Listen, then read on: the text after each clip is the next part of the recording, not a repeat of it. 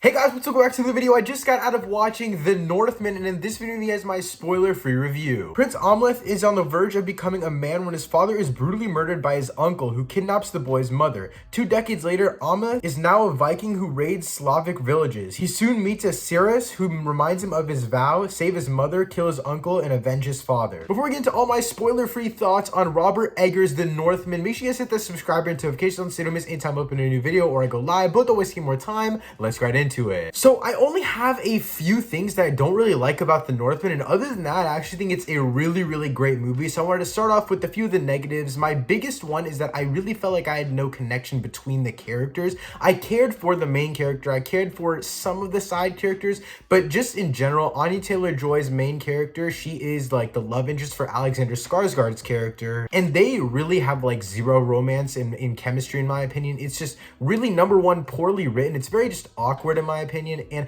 compared to how well written the rest of this movie is, I'm very surprised that the romance was the least interesting aspect of it, especially because the whole idea of this movie, without giving away too many spoilers, is that he kind of has to live out this idyllic life, what his fate holds for him, and Anya Taylor-Joy's character is a big part of that fate, yet they still managed to write it in a fairly boring way. The performances by Anya Taylor-Joy and Alexander Skarsgård are really good, so I don't want to let like their chemistry detract from that and stuff like that. I definitely think it's more of a core writing issue, because even when they're not in scenes together and you just see their characters alone, they're really well acted. So individual character writing is really good. I just think those two actors aren't really meshing well together. And I think what makes a lot of these character relationships really weird is the very stylized aspect of this movie. It feels like the style of the movie, the camera work, the visuals, even though they're all phenomenal and the best of this year in my opinion, it does feel like sometimes they do detract from character relationships, because you can already feel what's going to happen due to the camera work, since it's been repeated from, say, a scene way earlier in the movie. Just drawing these parallels is so easy on the visual side that I feel like it does take away from individual character moments.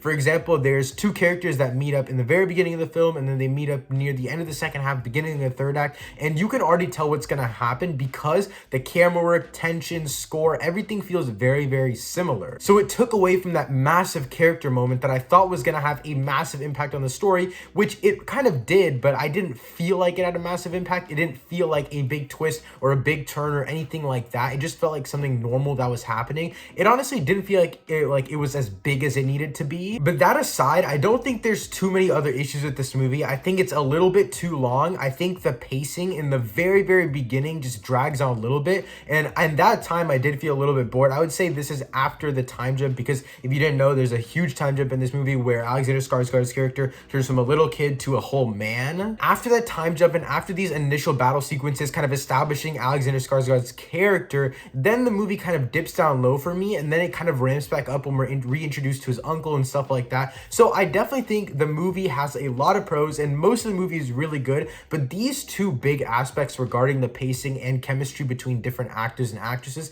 that truly drags the movie down way too much. But with that being said, I do want to talk about the best things about this movie, and like I said before, this is the best looking movie of 2022 in my opinion. And I'm still debating between The Batman and The Northman, but I'm leaning more towards The Northman, and I think the reason for this is because it had a great mix of different visual styles, if that makes sense. There was a lot of different one-take action sequences, a bunch of sequences where the camera work was phenomenal. It was still cutting between a bunch of different things. There's literally a whole battle at the end where they're naked fighting on a mountain of lava. Like, it's so insane, the differences in the camera work and the visual storytelling in this movie, and I think that's why I put it a little bit above The Batman, because even though The Batman feels a little bit more cohesive in terms of the camera work, this obviously feels a lot more drastically different in different situations and different scenarios, but I think that works to its advantage. And I really quickly want to talk about the insane work days that the actors and actresses had in this movie, especially Alexander Skarsgård, the main actor in this movie. And I'm gonna put this quote up on screen right now. I'm not gonna read the quote, but I'll read the context behind it. Skarsgård has described the meticulous details Eggers saw in every aspect of The Northman during filming, and it took toll on him physically.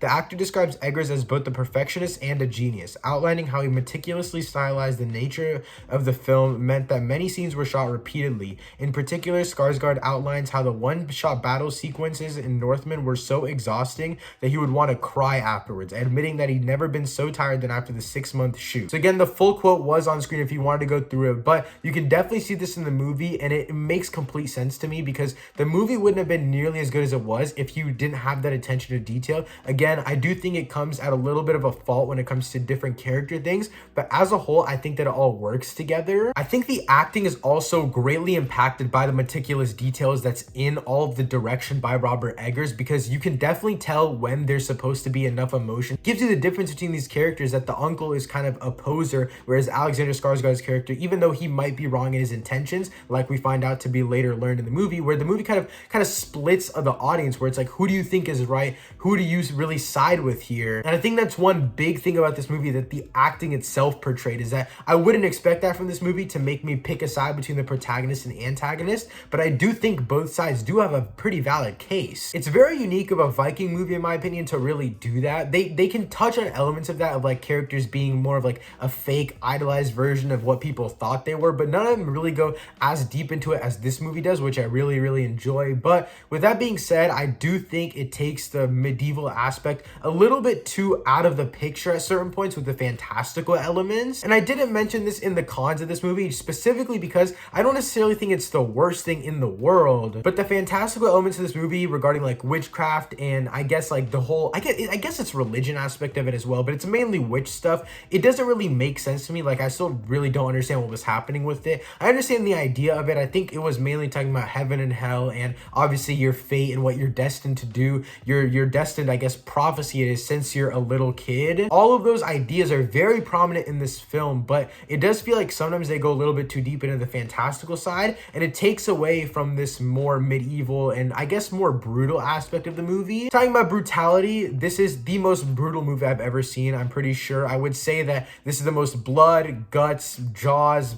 I've ever seen in a movie. Genuinely, this movie had my theater just erupting with, oh my god, holy shit, what the is happening right now. Like, people were just so blown away by what they were showing. They were showing so many intestines, which I was not expecting at all. So the final thing I want to say about the Northman is that it's really just a super basic story. It's just elevated by all the aspects within this basic story that make it something that we haven't seen before. It's just a basic revenge story, but it's elevated by the acting, the visuals, and some of these fantastical elements that are thrown into it. As a whole, I definitely think Robert Eggers' Northman is worth the watch. Sometimes it can feel like style over substance, but as a whole, I definitely still think it's a really great movie. Overall, I give Robert Eggers' The Northman a solid 8 out of 10. Now, just for a quick comparison, a movie kind of similar to this with the similar, I guess, divisiveness of the ideas and fantastical elements of it is a movie like The Green Knight, which personally I gave a 9 out of 10. And that's just a quick comparison for you guys so you can see where I kind of fall with these medieval time movies. But yeah, guys, that's it for this video. Let me know how hype you are for Robert Eggers' The Northman in the comments down below. Thank you so much for watching. I'll see you next time.